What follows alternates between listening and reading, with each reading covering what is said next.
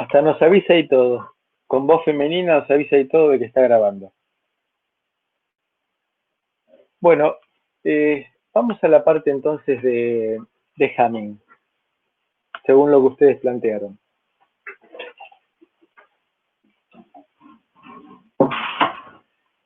El caso de Hamming es un tipo de código muy especial porque va asociado habitualmente con ejes que giran. A ver, ¿qué quiere significar eso? Imaginemos nosotros tener una antena. ¿Alguno de ustedes se fijó lo ubica en el Lavocluster, en el campus de la universidad? ¿Lo ubican? Es un edificio que está más o menos a la altura de Sociales, ahí para el lado de Rodríguez Peña, cerca del aulario. Bueno, si uno mira en el techo del Lavocluster, se va a encontrar con que hay unas antenas que se utilizan para seguimiento de satélites.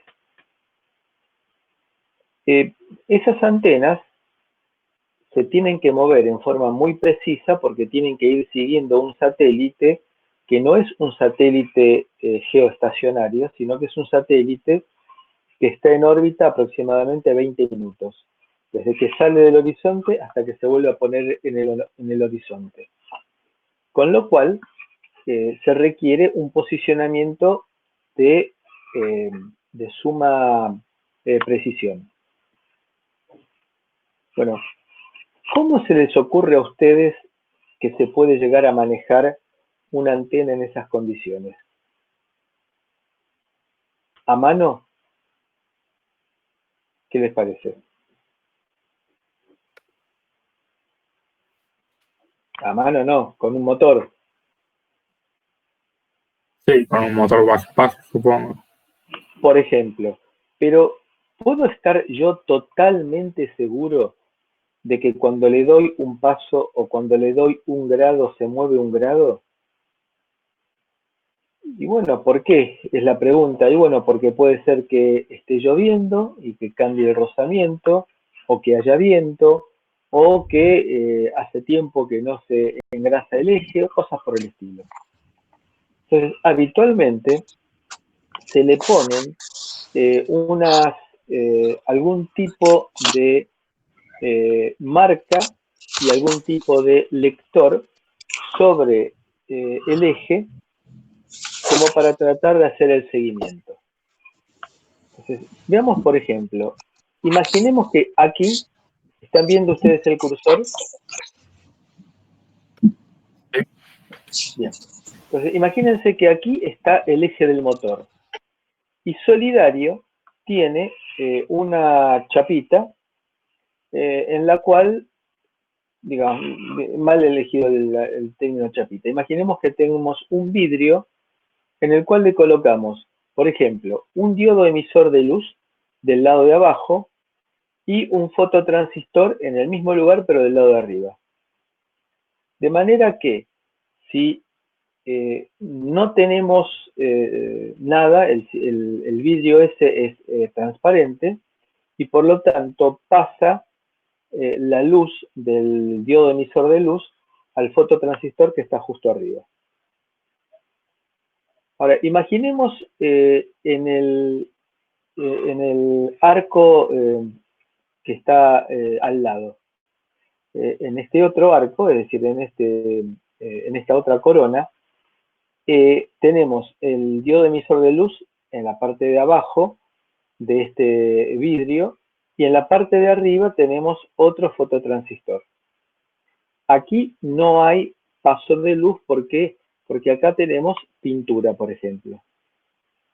Con lo cual, yo puedo estar codificando la posición, en este caso, por hacerlo lo más simple posible, marcándolo con solamente 2 bits, porque si no sería muy complicado para dibujar y para ver. Entonces yo puedo posicionar en qué cuadrante se encuentra el motor. Entonces aquí, por ejemplo, yo voy a tener 0, 0 y voy a decir que estoy en el cuadrante 1. Aquí voy a tener 0, 0, 1 y voy a estar en el cuadrante 2. Aquí voy a tener 1, 0, voy a estar en el cuadrante 3 y acá voy a tener 1, 1, voy a estar en el cuadrante 4. ¿Estamos de acuerdo? ¿Está clara la idea hasta aquí? Sí. Sí, se entiende. Bien. Ahora fíjense que acá tenemos un problema, en realidad tenemos dos problemas en dos lugares. Existe, ahora hablemos desde el punto de vista de la física absoluta. ¿Existe la simultaneidad?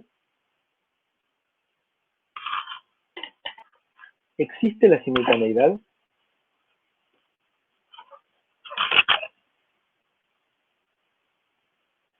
Es decir, hay dos eventos en la vida real que sean simultáneos, pero simultáneos hasta la mil millonésima de segundo. No. No, No. evidentemente no. Entonces, acá fíjense que se está dando el cambio de este bit a este bit, que está pasando de 1 a 0, y este bit que está pasando de 0 a 1, suponiendo que lo estoy haciendo en forma simultánea. Acá lo mismo, estoy pasando de 0, 0 a 1, 1, imaginando que estoy pasando en forma simultánea. Acabamos de decir que la simultaneidad no existe. Por lo tanto, cuando yo quiero pasar de 0, 0 a 1, 1, voy a pasar de una manera en la cual va a cambiar un bit antes que el otro.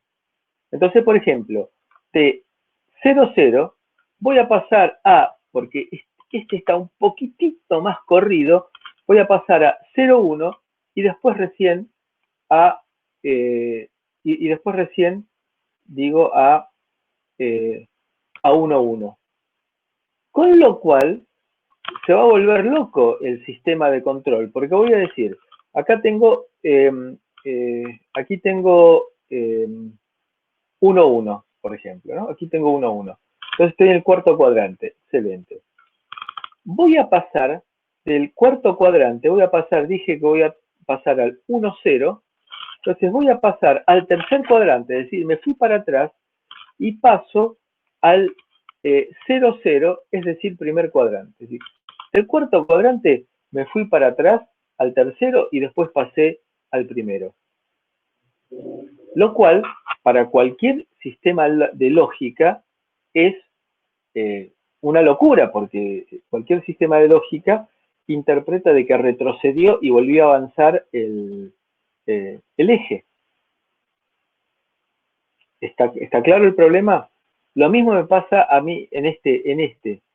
Si acá estoy en el segundo cuadrante, tengo 0, 1, no voy a poder cambiar simultáneamente al 1, 0, sino que del 0, 1, es decir, el 0, 1 segundo cuadrante, voy a pasar, por ejemplo, por un ratito al 0, 0, me voy para atrás, y después recién voy a pasar al 1, 0. O si no, la otra sería que del 0, 1, del 0, 1, voy a pasar, porque cambian primero estos dos bits, entonces voy a pasar al 1, 1, me voy al cuarto cuadrante y luego retrocedo al tercero. Evidentemente es un error. Entonces, el sistema que voy a estar tratando de utilizar para determinar la posición, en este caso el cuadrante en el cual se encuentra el eje, me va a dar cualquier cosa. Imaginemos nosotros que necesitamos una determinación de la posición con mucha mayor precisión. Esto quiere significar que voy a tener mucha mayor cantidad de bits, entonces mucha más cantidad de aros. Por lo tanto, voy a tener una mucha mayor cantidad de cambios simultáneos, con lo cual el sistema va a estar totalmente enloquecido porque va a parecer que avanza y retrocede en fracciones de segundo. ¿Cuál es el problema aquí? El problema es que tengo un código binario natural, como es el que estamos dibujando aquí nosotros. Fíjense, estoy diciendo 00, 01, 10, 11, que es el que llamamos habitualmente código binario natural.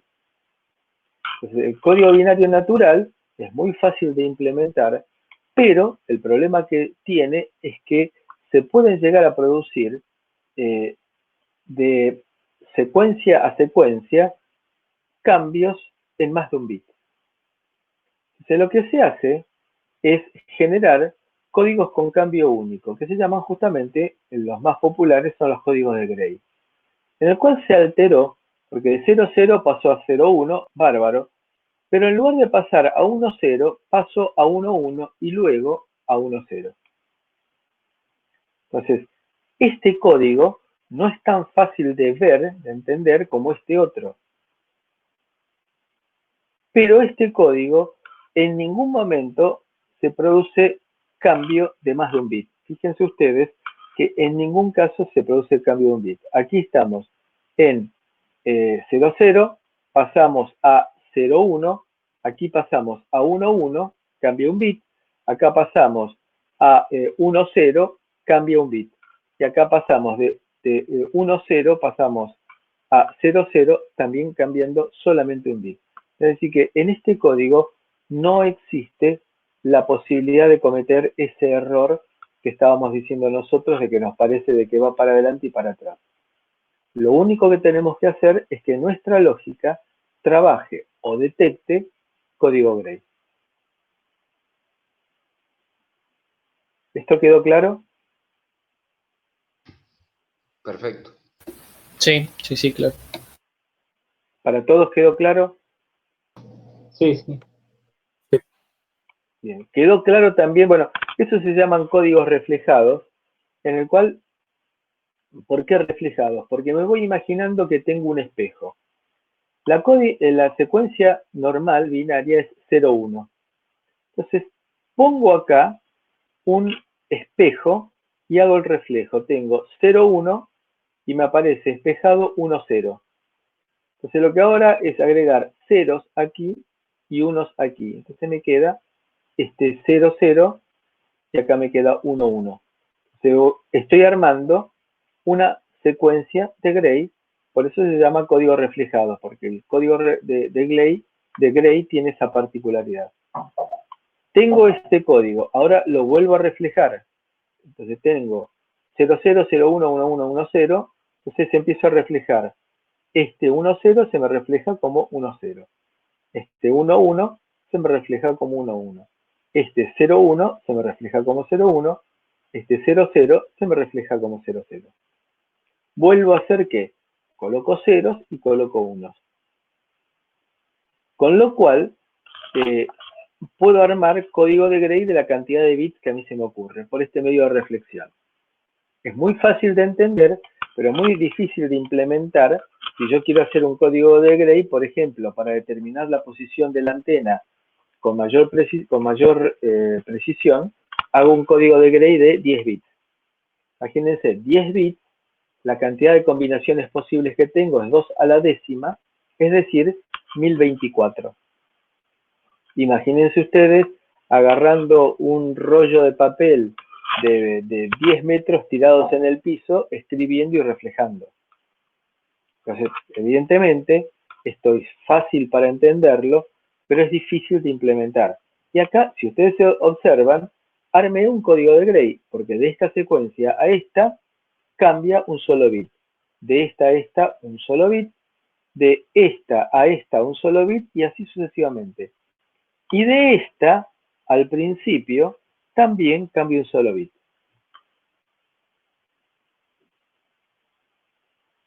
¿Está claro? Sí. Sí. Bien, bien. ¿Cómo hago yo para pasar? Ahora lo vamos a ver en más detalle. ¿Cómo hago en la práctica para pasar de binario a Gray de una manera un poquito más elegante? Imaginemos nosotros que tenemos esta palabra, perdón, que tenemos el número binario 6. 1, 1, 0 es en binario 6. Y lo quiero llevar a Gray sin tener que hacer toda esta historia. Entonces, lo primero que voy a hacer es imaginarme, como siempre suele suceder, a la izquierda del número más significativo de cualquier cosa tiene un 0.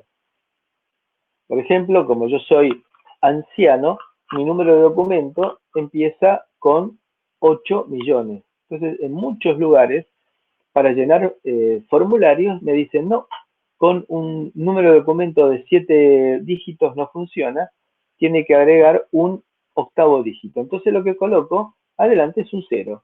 No me cambia la esencia, pero completo entonces los 8 dígitos que me piden para el documento de identidad. Entonces, a la izquierda de cualquier número tenemos ceros. Entonces, la palabra que yo quiero convertir en binario es el 6. Entonces, este 6, imagino que tiene un 0 aquí a la izquierda. Entonces, me fijo. Si de este primer 0 al primer bit real que tengo en la secuencia cambia, es decir, de 0 pasa a 1, de 0 pasa a 1, entonces si hay un cambio, esto equivale a que en el Gray equivalente tengo un 1. Ahora estoy en este bit. De este a este, del este 1 a este 1, no hay cambio. Por lo tanto, supongo que tengo un 0. De este otro bit a este otro hay cambio, por lo cual tengo un 1. Entonces, de esta forma tan simple, puedo pasar de este binario a su equivalente en Gray, sin tener que hacer toda esta cadena de reflexiones. ¿Quedó claro? Sí, quedó claro. Sí, quedó claro. Bien, entonces, aquí tenemos el binario a Gray y vemos que efectivamente esto fue hecho por reflexión. Entonces vemos que efectivamente al 110 en binario le corresponde el 101 en Gray. Entonces al 110 en binario le corresponde el 101 en Gray. Acá vienen ciertas características de Gray, que cualquier secuencia de palabras de código Gray hacen un código continuo. ¿Continuo qué significa? Que de palabra a palabra, es decir, estos son palabras del código, se los llama así, a cada una de estas filas del código se las llama palabras, a toda secuencia válida del código se las llama palabras. Entonces, de palabra a palabra, cambia un solo bit y por eso se lo llama un código continuo. Ahora bien, el código cíclico significa que pega la vuelta, es un continuo. Entonces, desde el 1000, pego la vuelta y entro por el otro extremo del Gray con el 0000. Verifico entonces que cambió un solo bit. De vuelta, esto es útil cuando yo estoy pensando en que tengo un eje que está girando y tengo que determinar la posición sin que haya esos errores de cambio de más de un bit. Y entonces tengo que las 2 a la n primeras palabras, por ejemplo, las 8 primeras palabras o las 16 primeras palabras, me forman un código cíclico. Las primeras 8 palabras serían desde este 000 de aquí a este 11100 de aquí. Entonces, estas 2 a la n primeras palabras, 8 primeras palabras, me forman un código cíclico. Y si tomo las 16 palabras, también me forman un código cíclico, es decir, pega toda la vuelta.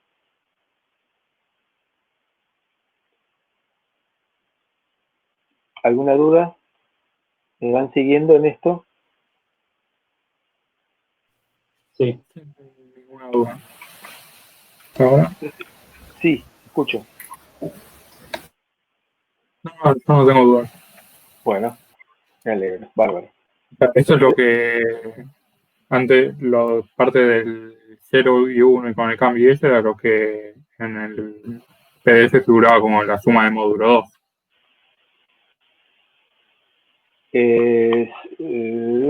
Sí, claro, está bien. Sí, sí. Sí, sí, sí. Y acá, este sería el centro, llamémosle al centro del código Gray. Este sería justo la mitad, 8 para arriba, 8 para abajo. Entonces nos dice acá, si nosotros tomamos simétricamente, por ejemplo, la mitad está aquí. Entonces nosotros tenemos 3 para arriba y 3 para abajo. Entonces de este punto tomamos 3 para arriba y llegamos a 1, 1. Entonces, de este punto para abajo, llegamos 3 para abajo, llegamos al 1, 1, 1, 1. Entonces, fíjense que entre este y este existe un solo bit de cambio. Entre este y este existe un solo bit de cambio. Es lo que dice acá, que tomando un código de Gray, vamos hasta la mitad de ese código de Gray que hemos obtenido, y entonces vemos que simétricamente este 0 con este primer elemento, con este último elemento, difieren en un bit. Este otro elemento con este otro elemento difieren en un bit. Este elemento con este otro elemento difieren en un bit, y así sucesivamente. Características de los códigos reflejados. Entonces, ¿cómo hago para convertir de binario a Gray? Lo que digo es que para pasar de binario a Gray, tomo el bit de binario que quiero convertir y lo comparo con el bit subsiguiente. Esto significa bit i en el lugar i, este significa el bit en el lugar i más 1. Entonces comparo, como habíamos visto aquí, comparo este bit con el bit correspondiente a la posición. Este es el bit 0, lo comparo con el bit i más 1, es decir, el 0 más 1 sería el bit 1, que sería este de aquí. Entonces lo comparo, veo si son iguales o si son distintos. Entonces arranco de aquí, digo, ¿este bit es igual a este? Si es igual a este, voy a colocar un 0, si son distintos coloco un 1. Y esto se ve, para aquellos que son técnicos, esto se ve a través de esta expresión que se llamaba OR exclusiva. Esta expresión, este signo más con un círculo alrededor, significa OR exclusiva. Como dato significativo, OR exclusiva quiere significar que nos da un 1 si los dos bits que estoy comparando son distintos. Y nos da un 0 si los dos bits que estoy comparando son iguales. Y al revés, si quiero pasar de Gray a binario, lo que hago es comparar, y fíjense, acá no es un error, comparo el bit de Gray que quiero convertir, lo comparo con el bit binario de la posición equivalente más 1, es decir, a la izquierda, que quiero convertir. Y así obtengo el binario correspondiente. Vamos a ver entonces, en este caso, qué significa esto. Tengo Gray. Entonces voy a comparar, por ejemplo, quiero pasar esta palabra a binario. Entonces tomo este bit, lo comparo con este otro binario. Con lo cual, lo que hago es compararlo y que como es distinto, me da un 1. Y así sucesivamente. Si ustedes quieren, arranco al revés. Acá me conviene arrancar al revés. Arrancar del más significativo. ¿Por qué? Porque yo sé que a la izquierda del binario voy a tener un 0. Entonces comparo este bit de Gray, que es un 1, con el bit que está en el mismo lugar, más 1 en la posición, que corresponde a un 0 siempre. Entonces comparo 1, comparo con 0, son distintos, me da un 1. Ahora, este bit lo comparo con el 1 que acabo de obtener. Son distintos, me da un 1. Y ahora comparo este 0 con el bit que acabo de obtener. Entonces comparo este 0 con el 1 que acabo de obtener. Entonces, son distintos, entonces coloco un 1. No es un error que digo que para obtener el binario en la posición I, lo comparo con el binario más 1, es decir, que está a la izquierda del bit que quiero convertir, comparado con el bit gray que está en esta misma posición. Arrancando siempre de la hipótesis de que a la izquierda del bit más significativo tengo un 0. Así que arranco del bit más significativo hacia el más significativo. ¿Me van siguiendo? ¿Quedó claro? Sí. ¿No hay dudas? ¿Seguro?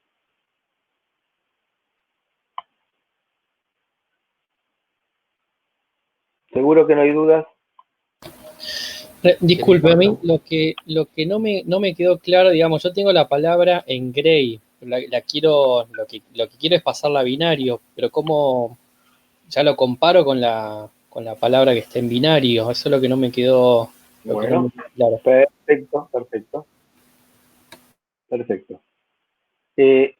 Imaginemos que quiero, a ver, vamos a hacer lo siguiente.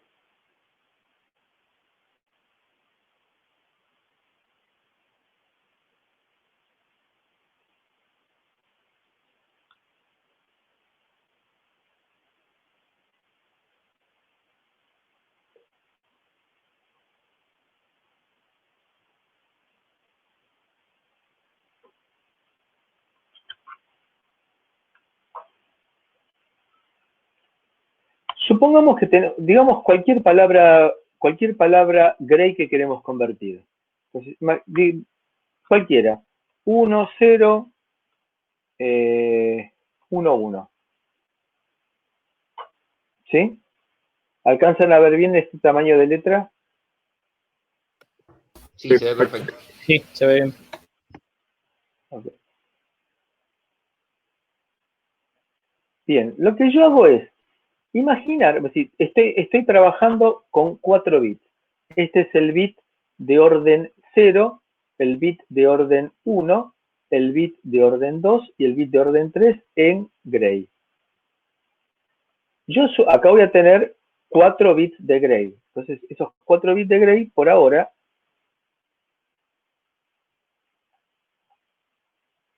esos 4 bits de gray, los marco como XXXX.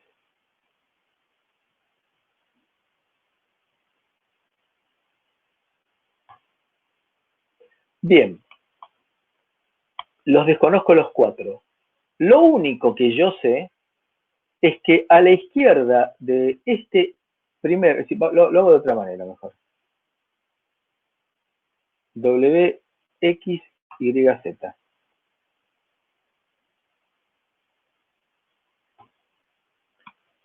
A la izquierda de este W, de lo que estoy seguro es que tengo un 0.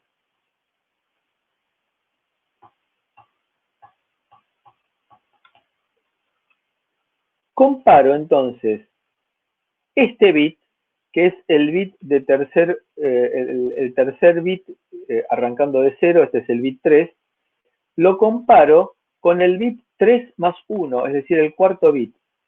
¿Por qué? Porque yo sé que a la izquierda del bit más significativo de binario voy a tener un 0. Entonces comparo 1 con 0. Son distintos. Entonces, ¿qué coloco aquí? Coloco un 1. Paso al bit siguiente.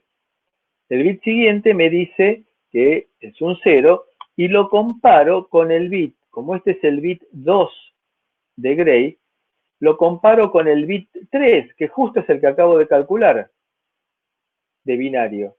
Entonces, me da 0, lo comparo con 1, es distinto, coloco un 1.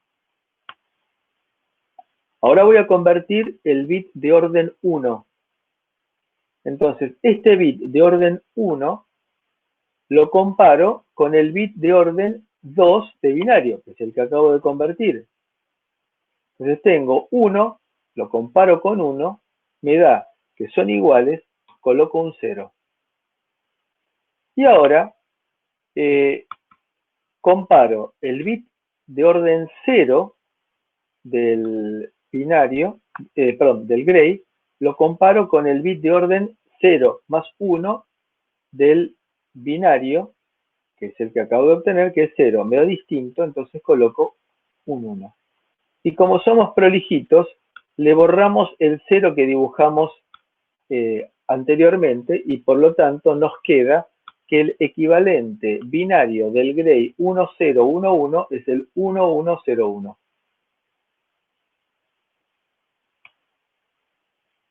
¿Ahora quedó claro? Sí, perfecto. Ahora me quedó claro. Bien. ¿Alguna duda más?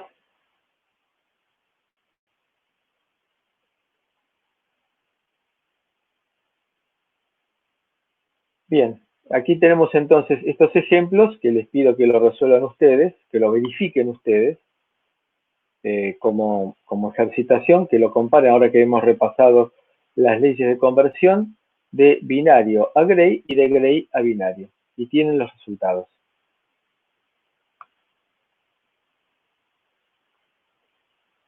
Bueno, el código ASCII, eso es un código que es un código totalmente empírico, que a alguien se le ocurrió estas secuencias de bits y por ejemplo, la letra A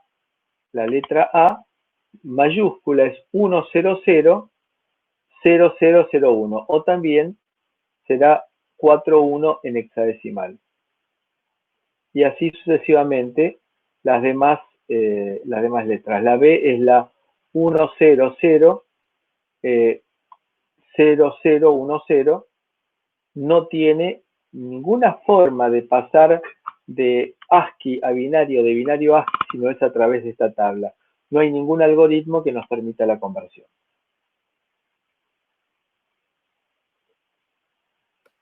¿Alguna duda más? ¿Va a hacer falta aprenderse la tabla o no tiene sentido? Como todavía no se la acuerda de memoria,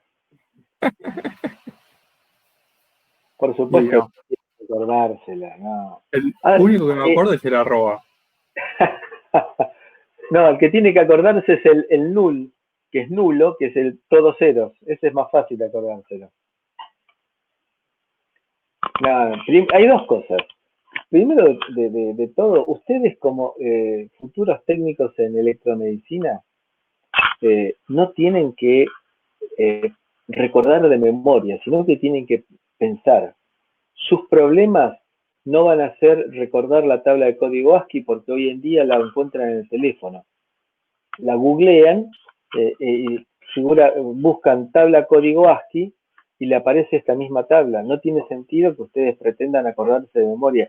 Aparte, jamás nosotros le vamos a pedir de que recuerden de memoria lo que nosotros no recordamos de memoria. Eso se llamaría sadismo y no es nuestro hábito. No pretendemos ese tipo de cosas. Bien. ¿No hay más dudas?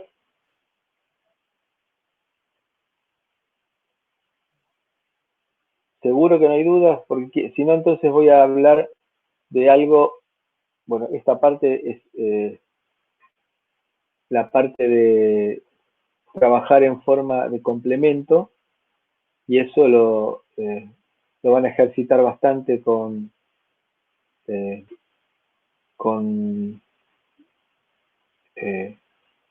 Ricardo. Y aparte está muy bien explicado en el apunte. Quiero ir un poco porque es un tema complejo que en general nos parece que lo entendemos, pero en muchos casos después nos damos cuenta que no es así. Quiero ir a hablar de códigos de paridad.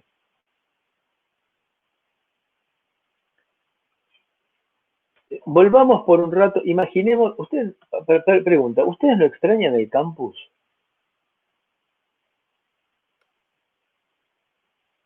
En cierto punto sí, y por otras partes a veces no tanto. Cuando me acuerdo de lo que tengo que viajar, digo, estamos bien. El resto de las cosas sí está mejor estar allá. No, a mí dame la cursada presencial siempre. Sí, coincido totalmente. La cursada, esto debemos tomarlo como una emergencia o eventualmente como una ayuda, porque ustedes saben que en los últimos años hemos tenido enormes crisis en cuanto a la distribución de aulas.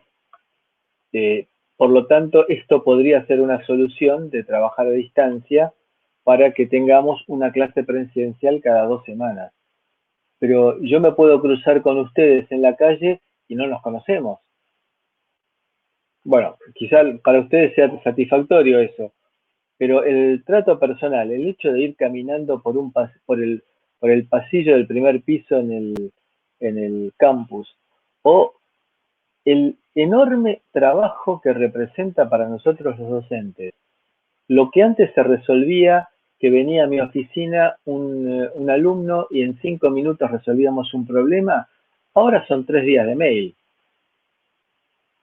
El trabajo para nosotros los docentes es muchísimo más grande, lo mismo que para las madres, yo lo veo con mi hija y con mi nieto.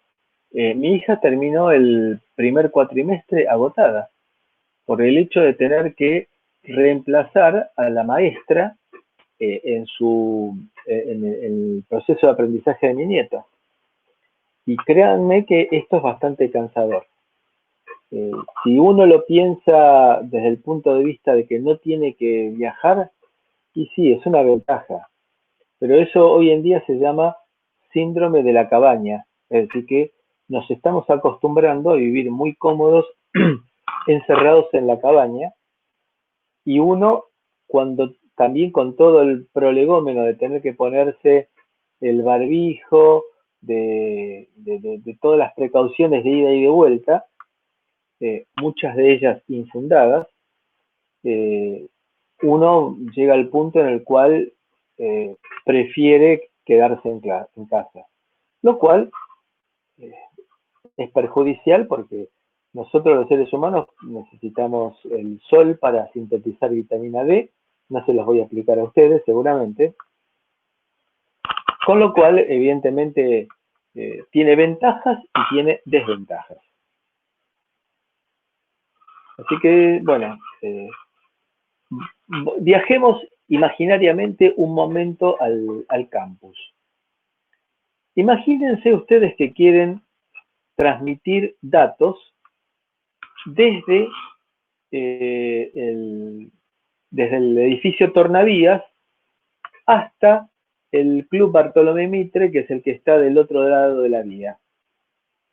Entonces tiran un cable, a la noche cuando no pasa el tren, tiran un cable de punta a punta y empiezan a transmitir datos. ¿Está bien lo que dije? ¿Me salté algún paso? ¿Simplifiqué mucho? ¿Qué les parece?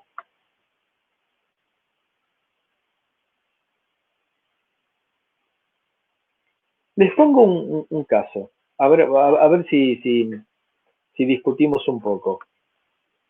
El sistema de los trenes, los que tienen la zapata de conexión, no los que tienen el tendido aéreo. El que tiene tendido aéreo es, por ejemplo, el Roca. Los que tienen el tendido, la alimentación por el tercer riel, es un sistema bastante primitivo porque, y ustedes lo habrán visto perfectamente, se producen unos chispazos bárbaros por falsos contactos. Porque la zapata se desgasta, porque se desgasta el tercer riel, por ejemplo, lo cual, ese chispazo es una fuente de energía electromagnética de la gran 7. Con lo cual, puede suceder de que ese chispazo me induzca ruido en mi cable, el que yo tiré desde el tornavías hasta el Club Bartolomé Mitre. Por lo tanto, esa inducción puede hacer que si yo en ese momento estaba enviando un bit en 1, me lo cambia a 0. O puede ser que yo estoy utilizando un cable que esté mallado y no lo cambie el bit. Con lo cual, antes de arrancar la transmisión de datos, tengo que utilizar una secuencia de pruebas para evaluar qué hago, si voy a tener o no voy a tener errores. Entonces, ¿qué es lo que hago? Coloco un generador de datos en el tornavías y coloco un receptor de datos en el Club Bartolomé Mitre. Y empiezo a enviar, pero empiezo a enviar datos conocidos. Entonces yo envío, por ejemplo, supónganse ustedes que quiero enviar códigos ASCII. Los códigos ASCII vimos recién que son de 7 bits. Un paréntesis. Hoy en día se utiliza lo que se llama ASCII modificado, que son de 8 bits, y ese código ASCII modificado incluye aquello que no fue creado en el ASCII original. ASCII es la abreviatura de American Standard Code for Information Interchange. Es decir, American para los americanos del norte significa americanos del norte. Con lo cual es el lenguaje inglés, el idioma inglés. Con lo cual no existe ni ñ, ni acentos, ni nada por el estilo. Entonces, el ASCII extendido fue creado con un octavo bit y se producen combinaciones que implican nuestras letras acentuadas, la ñ, mayúscula, minúscula, y también las vocales mayúsculas y minúsculas acentuadas y la diéresis y todo ese tipo de cosas. Cierro paréntesis. Entonces empiezo a enviar ASCII desde 0000, los 7 bits en 0, y del otro lado yo quedé que exactamente a las 18 horas 53 minutos empiezo a transmitir. Entonces están a la escucha. 18:53 que recibí. 0000, bien, recibí bien. Envío el bit, la palabra subsiguiente. 00001. Uy, recibí lo que tenía que recibir, bárbaro. Y así lo dejo corriendo durante varios días. Por ejemplo, una semana. Entonces, van a pasar trenes, se van a producir chispazos y voy a fijarme si tengo o no tengo errores. Entonces, cada vez que tenía que recibir una determinada secuencia y detecté que recibí una secuencia distinta, significa o que pasó un tren, o que se produjo un chispazo en la zapata, o que cayó un rayo cerca, o que alguien prendió un motor, o que alguien prendió un tubo fluorescente. Son todas fuentes de ruido. Entonces,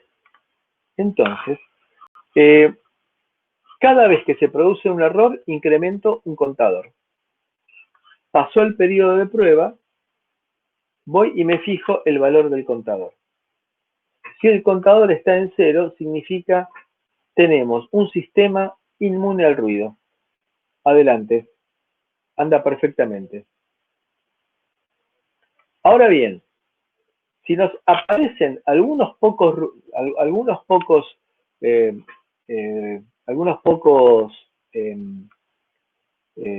la cuenta es pequeña significa, supónganse que transmití 1 millón de símbolos. Oiga, me cortó a mí. ¿Cómo?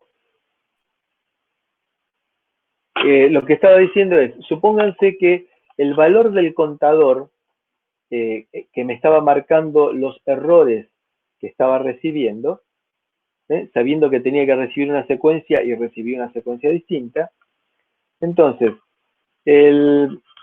la cantidad de errores que tengo es pequeña, entonces digo, bueno, voy a tener que buscar una forma de detectar errores y cuando me venga algún error, voy a pedir que me retransmitan el dato. Ahora, si tengo muchos errores, voy a tener que buscar un método por el cual yo no solamente pueda detectar errores, sino corregirlos. ¿Por qué? Porque si no me la pasaría pidiendo retransmisión. Entonces, ¿por qué hago toda esta historia? Porque, claro, acá estamos poniendo como ejemplo que yo tiré un cable. En la práctica, lo que voy a estar usando yo es un cable tirado por alguna de las empresas de telefonía que tenemos en el país. Y yo ese cable lo voy a estar pagando, el alquiler lo voy a estar pagando. Cuando yo pierda tiempo pidiendo retransmisión, estoy perdiendo plata. ¿Por qué? Porque al pedir retransmisión estoy impidiendo transmitir datos buenos, sino que tengo que gastar el tiempo del canal de comunicación utilizándolo solamente para la retransmisión. Con todo esto, entonces, habrá casos en los cuales, por ejemplo, si tengo muchos errores, voy a necesitar no solamente detectar, sino también corregir errores. Y acá nos viene, en primer lugar, la distancia del código. La distancia del código quiere significar la cantidad de bits que debo cambiar en una palabra válida para obtener otra palabra válida. A ver, vayamos a lo que conocemos. Imaginemos un código binario de 7 bits. Si yo cambio un bit de esa palabra binaria válida, ¿obtengo otra palabra binaria válida? Sí. Sí, exacto. Con lo cual, la distancia del código es 1. No puedo detectar y mucho menos corregir errores. Ahora bien, vayamos a un dibujito que nos va a permitir entender un poquito más esto. Imaginemos tener nosotros un cubo. Imaginemos tener 3 bits. Con 3 bits tengo 8 combinaciones posibles, 2 al cubo. Y se me ocurre representarlas como, cada uno de esos bits, como los vértices de un cubo. Y le asigno, por ejemplo, al plano este que está acá, el plano este que tenemos aquí, será el segundo bit. Fíjense que en este plano que sería el de la pantalla, tengo el segundo bit en todos los casos en 0. Mientras que en la parte posterior, que sería el plano paralelo, el segundo bit, es decir, el bit de orden 1 sería en realidad, está en todos los casos en 1. De esa manera, ahora para esta otra cara, le asigno el bit menos significativo. Entonces, aquí vemos que el bit menos significativo está en todos los casos en 1 y el bit menos significativo está aquí en todos los casos en 0. Y me queda la tapa y la base. Bueno, ese será lo que corresponde al bit más significativo. 0, 0, 0, 0, 1, 1, 1, 1. Es decir que de esta manera yo puedo representar los 8 vértices por medio de un número binario, de una palabra binaria. En el ejemplo que dimos recién, el código binario natural ocupa todos los vértices. Todos los vértices. Entonces, al ocupar todos los vértices, que acá me faltaría el botoncito aquí, el botoncito aquí, el botoncito aquí y aquí. En ese caso, para pasar de una palabra binaria cambiando un bit, pasaré a esta o pasaré a esta. Entonces yo voy a decidir agregar la palabra de paridad, el bit de paridad. ¿Qué significa el bit de paridad? Es agregar otro bit de manera que, por ejemplo, yo decida trabajar con paridad par o paridad impar. Si me pongo de acuerdo emisor y receptor en que voy a trabajar con paridad par, significa que la cantidad de bits de cualquier palabra que yo transmita tiene que ser par. Entonces, por ejemplo, si yo tengo esta palabra que quiero transmitir, tengo 1, 2, 3, 4, 5 bits. 5 bits es impar. Entonces, para tener una cantidad de unos par, le agregaré un noveno bit que se llamará bit de paridad, de forma que ahora tenga 1, 2, 3, 4, 5, 6 bits en uno. Entonces, ahí tengo una palabra con paridad par. Tomemos ahora esta otra, que tiene 1, 2, 3, 4 unos, que esto es par. Entonces, el bit que yo agrego será un 0 para mantener la cantidad de bits de la palabra en 0.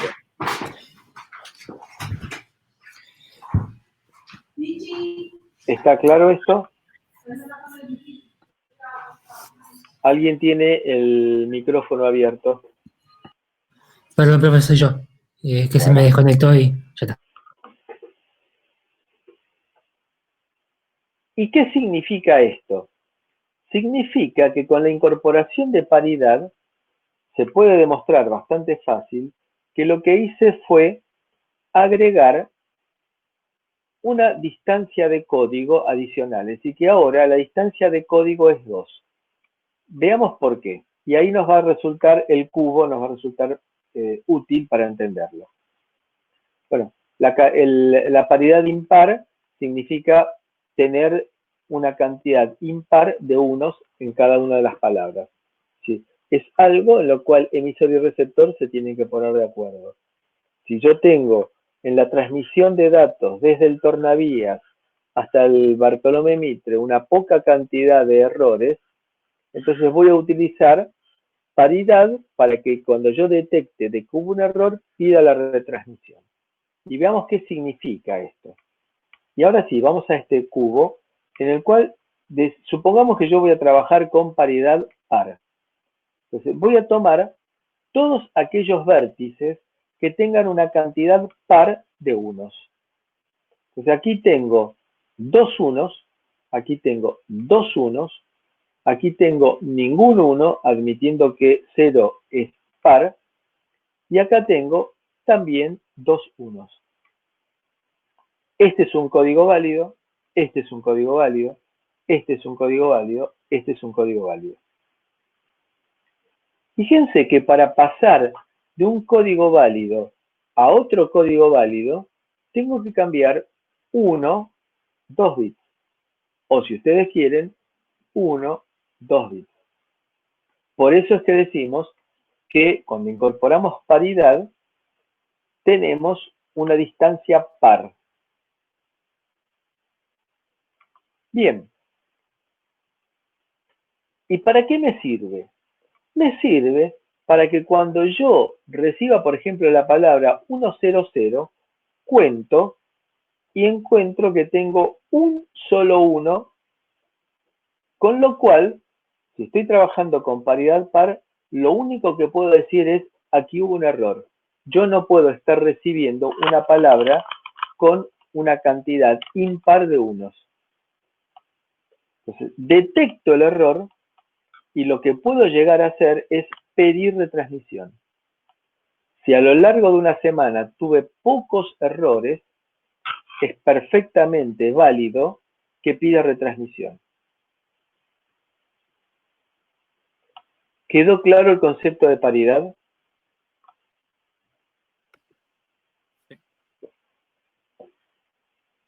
¿Y para qué sirve? ¿Preguntas?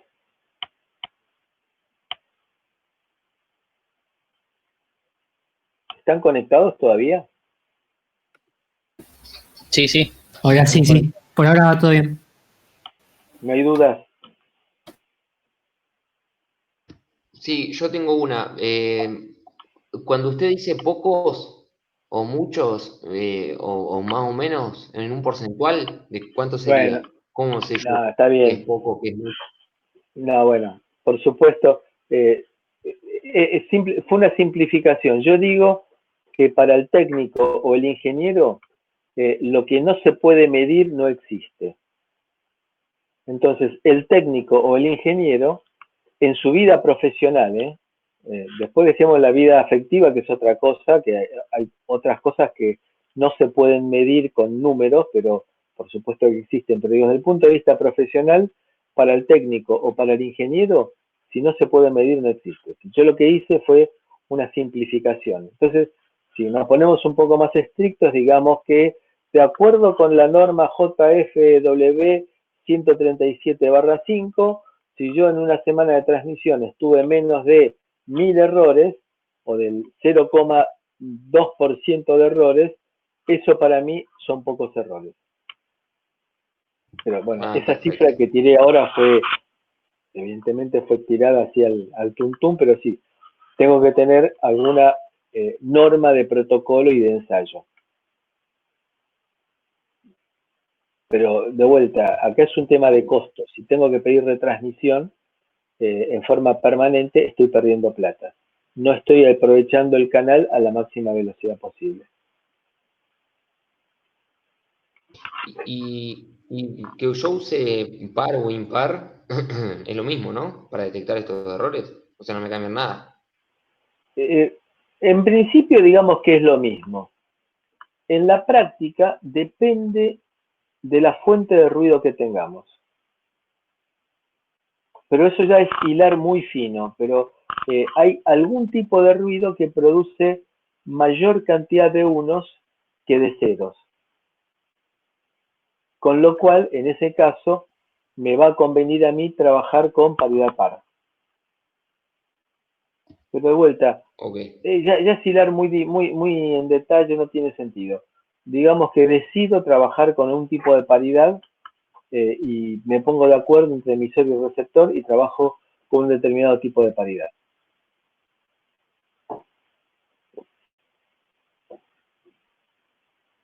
¿Bien? Sí, perfecto. Una consulta. En el apunte decía que, digamos, solo por probabilidad solamente se puede cambiar un bit, como, digamos, el error es de un bit, que era muy poco probable que cambien 2 bits, que tenga como error. Eso no me quedó claro, como por qué. ¿Por qué solamente se tomaría uno solo como error? Si estamos imaginándonos en condiciones de laboratorio o en condiciones cuidadas, es razonable que en una palabra cambie un solo bit. Ahora, imaginemos un CD. ¿Se acuerdan de los CDs? Sí, sí. Los CDs están protegidos contra errores. Entonces, si yo rayo un CD, lo más probable es que no pierda la información. Entonces, en muchos casos, si yo miro un CD usado frecuentemente, me voy a dar cuenta que tiene un montón de rayones y yo en la reproducción no me doy cuenta que tenga errores. ¿Por qué? Porque a pesar de que tenga muchos errores, tengo una forma que se llama justamente, y la pregunta de por qué un solo bit vino justo en el momento que habíamos convenido que tenía que hacerla, para que yo introdujera esto, que es una forma en la cual cuando tengo múltiples errores, se genera lo que se llama CRC. El CRC existe para los CDs y para los discos rígidos. Es un algoritmo por el cual yo tengo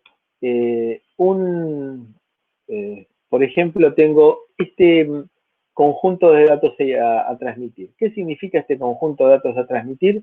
Es un polinomio. Este polinomio, acá estoy representando solamente los elementos del polinomio que tienen el coeficiente en 1. Por ejemplo, acá lo que estoy diciendo es que tengo 0x a la cuarta más 1x al cubo más un x cuadrado más un x más 0, es decir, 0 sería 0x a la 0. Entonces, más 0.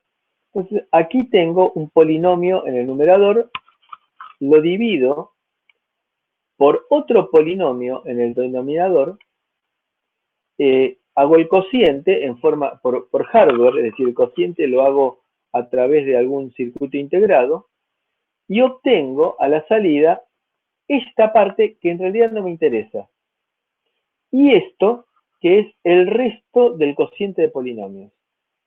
Acuérdense, cuando hago cociente de polinomios tengo, del cociente me surge una resta y un cociente, me equivoqué, un cociente y un resto. Entonces yo lo que transmito es esto, es decir, sería 0, 1, 1, 1, 0, transmito esto y transmito el resto. El resto sería aquí este 1. Entonces, el receptor, por medio de un algoritmo, el receptor está en condiciones de detectar y corregir, y de acuerdo con el tamaño del polinomio numerador, ustedes van a encontrar, si buscan en la bibliografía, van a encontrar que hay polinomios de grado 17, de grado 25, de grado 31. Eso significa hasta x a la cuanto voy a tener en el numerador.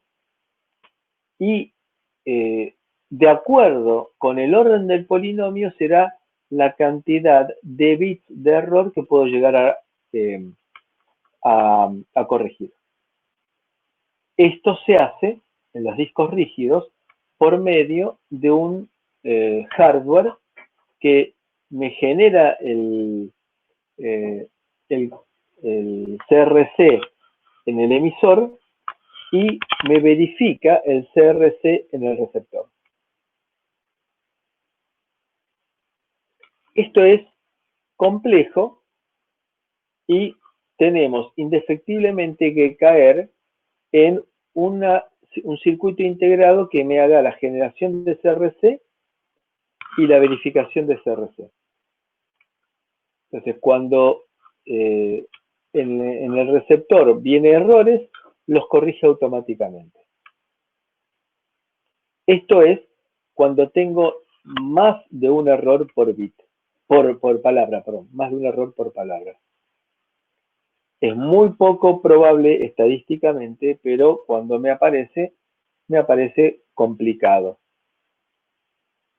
Porque si no me tendría que pasar, porque ustedes piensen que si yo tengo una palabra binaria y en un bit, perdón, y en la transmisión me aparecen dos errores, tuve cambio de 2 bits. Es decir, que en el receptor me llegó una palabra válida. Lo que quiero decir es lo siguiente.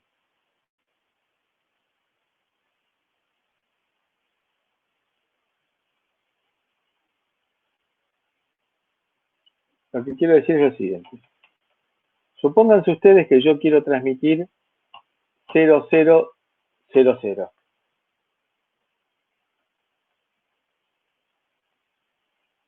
Y lo transmito y al receptor me llega 1100, porque acá se produjo un chispazo y me cambió 2 bits.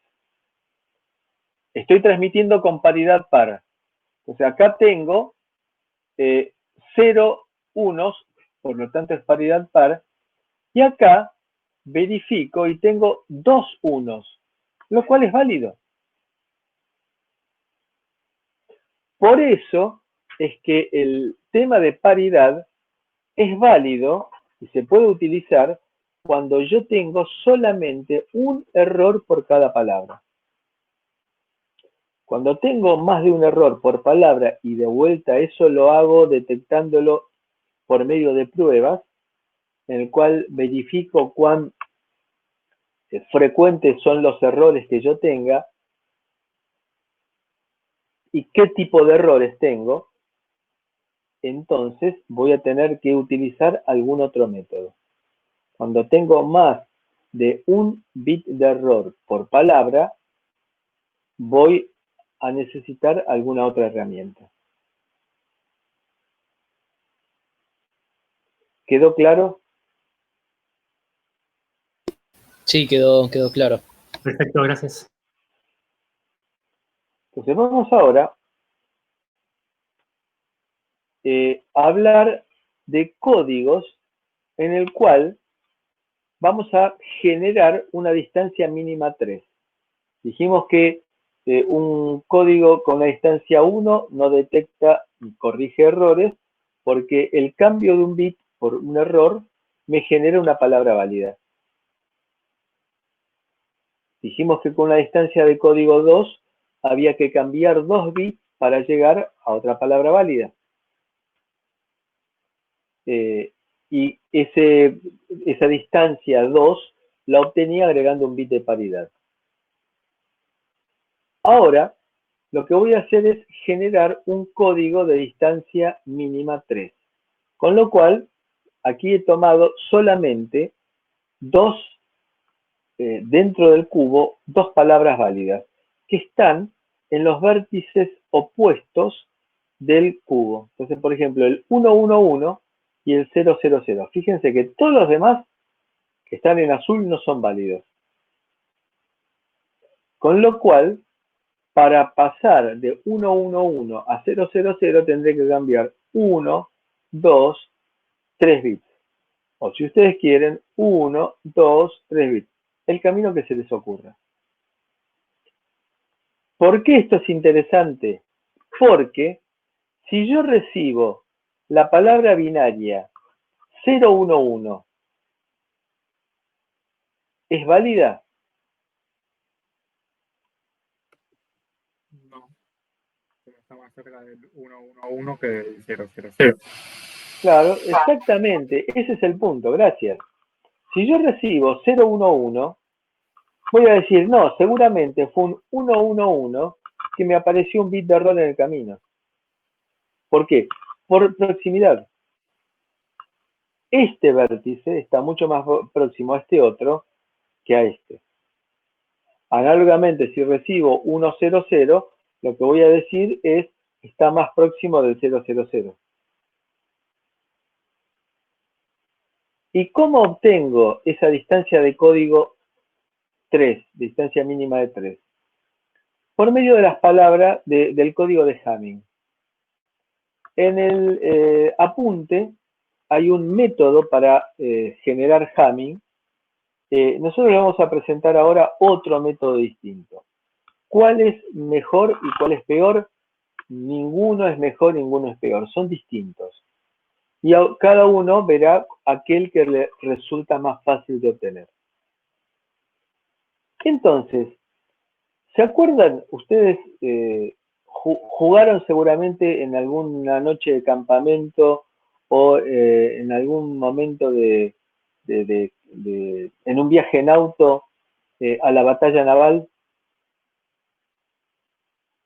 de que uno se hacía barquitos con tantos cuadraditos y se ponían de acuerdo cuántos cuadraditos y apuntaban A5, B2 y trataban de pegarle al barco del oponente. Y esto es algo parecido.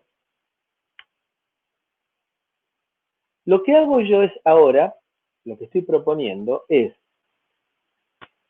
tener una palabra binaria y agregarle bits de paridad bits de paridad en las posiciones pares de la palabra que voy a transmitir. Por ejemplo, imaginemos que tengo una palabra binaria y la voy a escribir de esta manera. Estos son los datos que yo quiero transmitir. Estos son los datos que yo quiero transmitir. Y coloco la palabra que quiero transmitir en las posiciones que no sean 2 a la n. Aquí tengo 2 a la 0, posición 2 a la 0, posición 2 a la 1, posición 2 al cuadrado, posición 2 al cubo. Y acá vendría posición 2 a la cuarta y así sucesivamente. Entonces, esto es lo que voy a transmitir y quiero agregarle aquí los bits correspondientes de paridad en las posiciones 2 a la n. El tema es cómo genero yo estos bits que quiero. Bueno, acá lo decimos, lo escribimos y después lo vamos a implementar para que quede claro. El bit de paridad P1, el que está en la posición, en la primera posición, verifica los bits. Fíjense, 1, 3, 5, 7, 9, 11. Es decir, el bit P1 va saltando de a 1. Es decir, tengo 1, salto al 3, salto al 5, al 7, salteándome uno de por medio. El bit P2 verifica los 2, 3, salta, es decir, verifico 2, 2, 3, salta 2, 6, 7, salta 2, 10, 11, salta 2, 14, 15.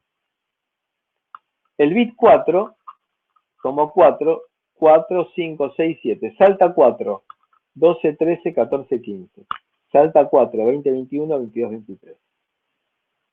El 8, de vuelta, toma los que van de 8 a 15, salta 8 y así sucesivamente. Bueno, vayamos entonces a lo que queremos transmitir. Quiero transmitir esta palabra binaria, entonces lo ubico en los lugares en que no tengo bit de paridad. Entonces, acá vendrá el bit P1. ¿Qué hago? Arranco del P1, tomo 1, salto 1, vengo acá, un 1,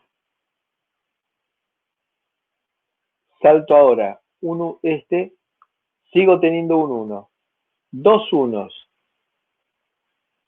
3 unos, 4 unos. ¿Cuánto va a valer este bit? 0. Si estoy trabajando con paridad va a valer 0.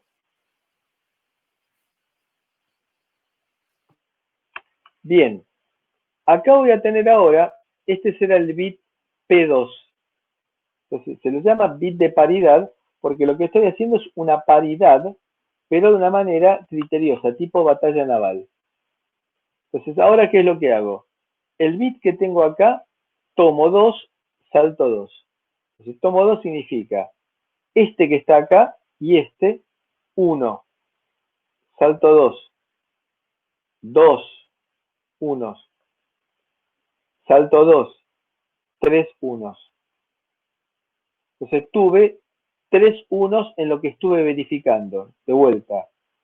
Tomo 2. Significa que tengo un 1. Salto 2.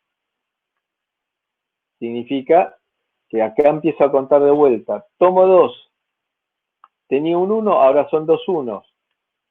Salto 2. Y me quedan 3 unos entonces. Tomo 2, me quedan 3 unos. Y acá saltaría 2 de vuelta. Entonces tengo 3 unos. Entonces, ¿cuánto vale P2? 1. 1. Bien. Ahora viene el P4. Entonces, ¿cómo era? Armo un grupo de 4 y salto 4. Armo un grupo de 4, significa este sería el grupo de 4. Tengo un 1, salto 4 y me queda este 0. Con lo cual, tengo solamente un 1. ¿Cuánto vale el P4?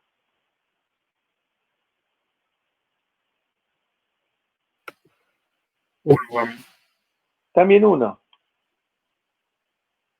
Y ahora, con el P8, tendría que armar un grupo de 8 en el cual todos estos son ceros. Me queda entonces que en este grupo de bits válidos que tengo, voy a tener 2 unos. Entonces, esos 2 unos me van a significar que el P8 va a valer 0. Entonces transmito esto. Transmito esta palabra. ¿Y qué pasa en el receptor? Perdón, ¿quedó claro cómo fue que armé la palabra que finalmente transmito? Ahí está, escondidos nuestros datos.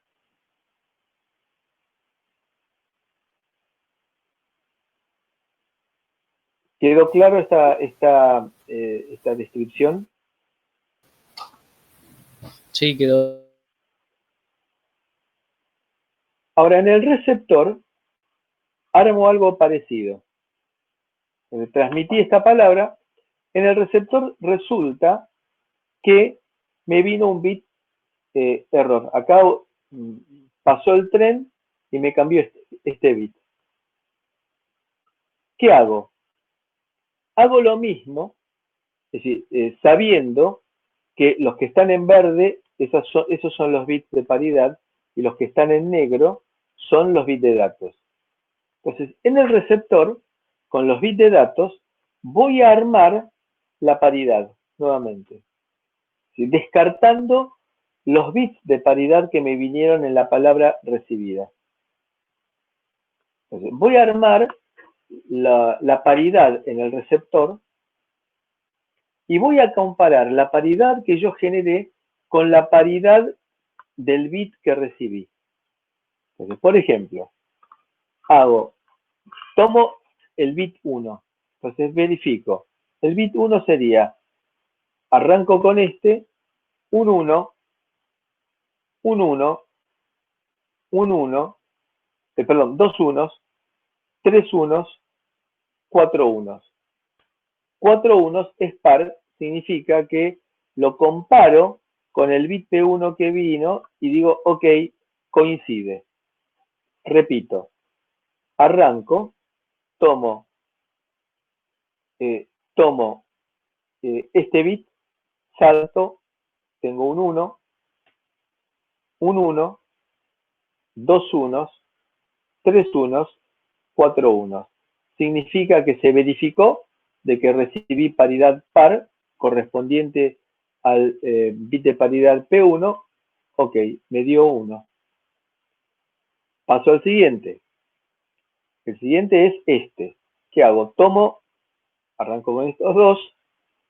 Tengo 2 unos, salto 2. 3 1, salto 2. 5 unos. No puede ser. 5 unos no es paridad par. Con lo cual significa no verifica. Entonces, el hecho de no verificar le coloco un 1. Vamos a ver para qué hago esto. Ahora vamos al P4. P4 es este. Tomo 4, significa 2 unos, salto 4, me quedo con 2 unos. 2 unos es un número par, sí. Con lo cual significa verifica. Bien. Me queda ahora P8. P8. ¿Qué hago? Tomo 8. Entonces tomo 8 y tengo 3 unos. Esto no es paridad par, con lo cual significa que no verifica. Y lo que hago ahora es armar una palabra binaria formada por los no verifica con los verifica.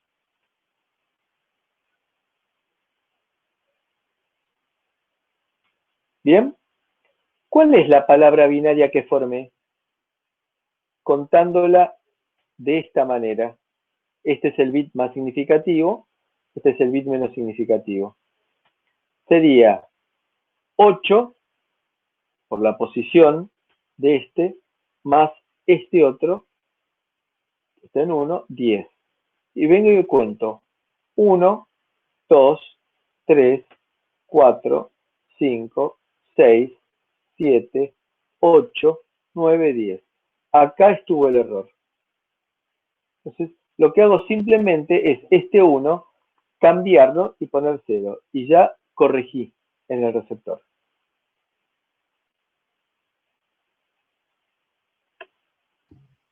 ¿Puede explicar de ¿Quedó nuevo esta claro? última parte? Lo repito todo de nuevo, ¿les parece? La última parte, por mi parte, no entendí bien. ¿Qué es la última parte? ¿La generación de esta palabra? Claro, a partir de que apareció la flecha con el error, ¿cómo empezó a contar? Me perdí. Bueno, a ver. Para todos, ¿repaso esto o voy para más atrás? Como ustedes me digan. Por mí está bien. Bueno, entonces simplemente, si yo tuviera que verificó que acá no hubiera llegado error, que hubiera llegado la palabra bien, verificaba todos. Entonces eso significaría que sería 0, 0, 0, 0, y esto significa que si me da todos en 0, es que verificó todos los bits de paridad bien y que no hubo errores. Lo que ahora hago es armar en base a la batalla naval que estoy formando, la identificación del bit en el cual tuve error. ¿Cómo hago? Veamos. La secuencia que estuve haciendo yo para contar en donde hubo errores es mecánico. Acá me quedó que no verificó el bit 8, que no verificó el bit 2. 8 más 2, 10. Y acá empiezo a contar. Este era el bit 1. Entonces, 1, 2, 3, 4, 5, 6, 7, 8, 9, 10. Acá es donde estuvo el error. Entonces lo que hago es cambiarlo y pongo y obtengo la palabra real transmitida. Es decir, que corrijo errores. ¿Basándome en qué?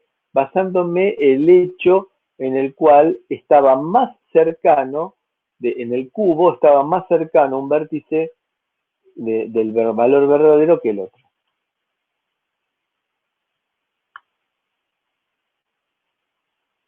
¿Ahora quedó claro o lo vuelvo a Sí, buscar sí. otro método? No, por mi parte ahora sí quedó claro. Bien. ¿Alguna pregunta más sobre esto?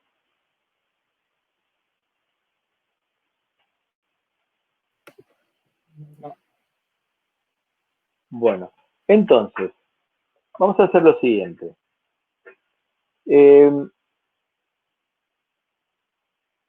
Con esto redondeamos el capítulo 1. Desde el jueves terminan de hacer consultas con Ricardo y vamos a hablar un poco de lo que sería el capítulo siguiente. El capítulo siguiente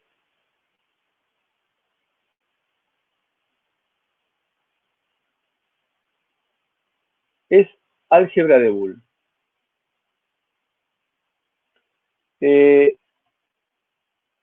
Boole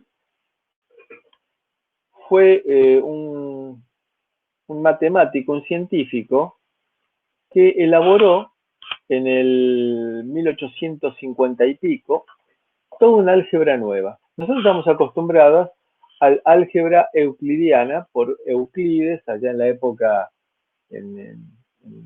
antes de Cristo, que elaboró toda un álgebra. Nosotros, hay ciertas, dentro de esa álgebra, de la que estamos acostumbrados en la vida cotidiana, tenemos postulados y tenemos teoremas. Por ejemplo, un postulado es que las paralelas no se cruzan. No es demostrable. Un teorema es Pitágoras o Tales, porque se pueden demostrar. Acá nos vamos a encontrar lo mismo. Este buen hombre, Boole, hizo postulados e hizo teoremas.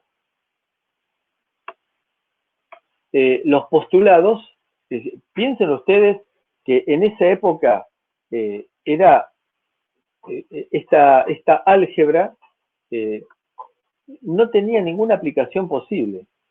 En 1800 y pico no había transistores, no había microprocesadores, no había microcontroladores, no había válvulas electrónicas siquiera. Entonces fue algo que se consideró durante muchos años como de pizarrón. Y recién, en el siglo XX, en la época de la Segunda Guerra Mundial, se empezaron con fines bélicos, se empezaron a armar computadoras binarias, con una tecnología que hoy en día es increíble porque era tecnología de relé. Los relevadores que se utilizaban en computadores que hacían operaciones muy básicas. Nuestros teléfonos, el más sencillo teléfono celular es millones de veces más complejo que los que nos permitían hacer esas primeras computadoras. Y ahí fue donde se aplicó el álgebra de Boole en forma práctica por primera vez. Entonces, evidentemente, Don Boole era un visionario.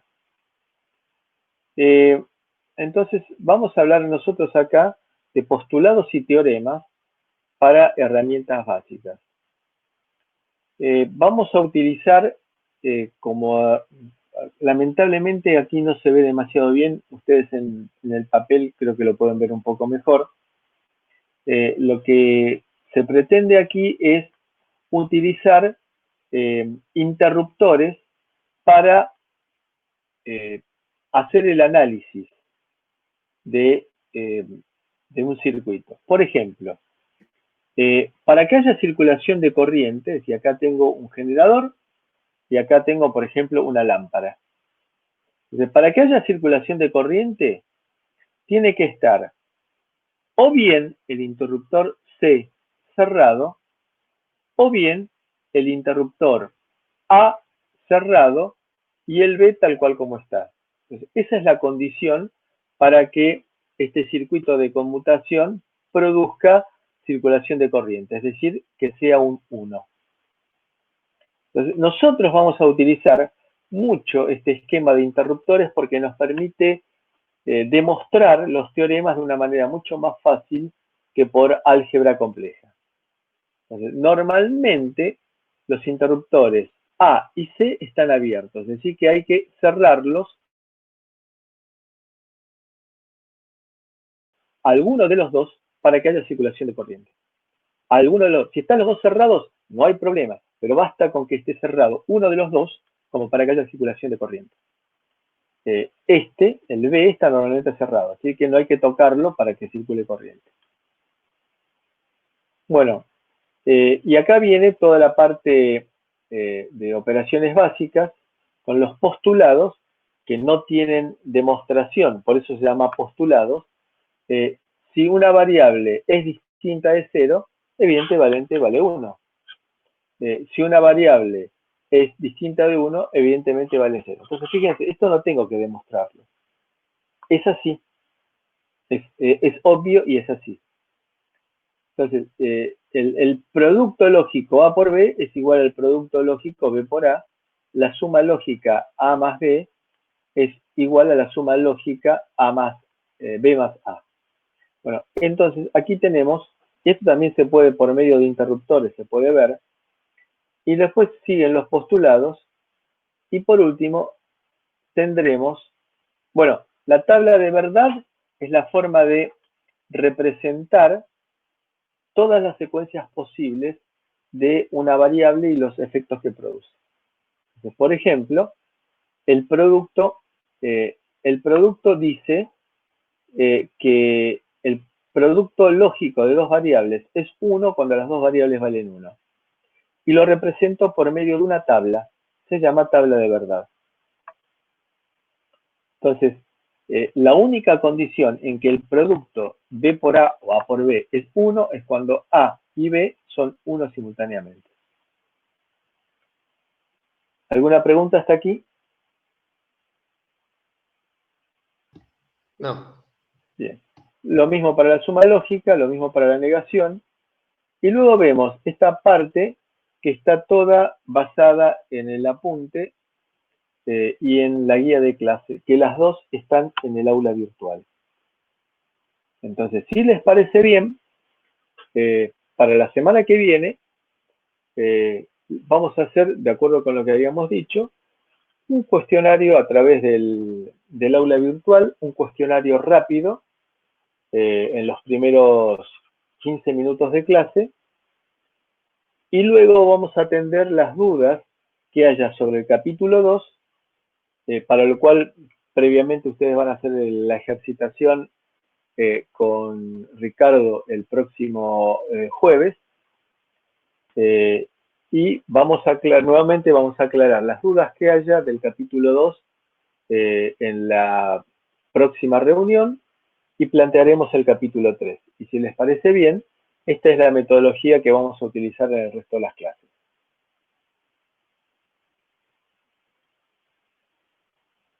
¿Alguna pregunta? ¿Alguna duda? Profe, yo en cuanto a la aula virtual, todavía no estoy ingresado, le mandé un mail si me podía ingresar. Bueno, sí, recuerdo el mail. Espérenme un segundito y lo hacemos.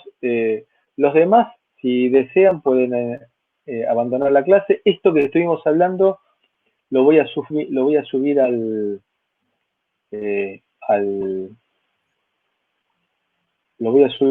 aula virtual, y si no hay dudas, los demás están en libertad. Yo dejo de grabar en este momento y esta misma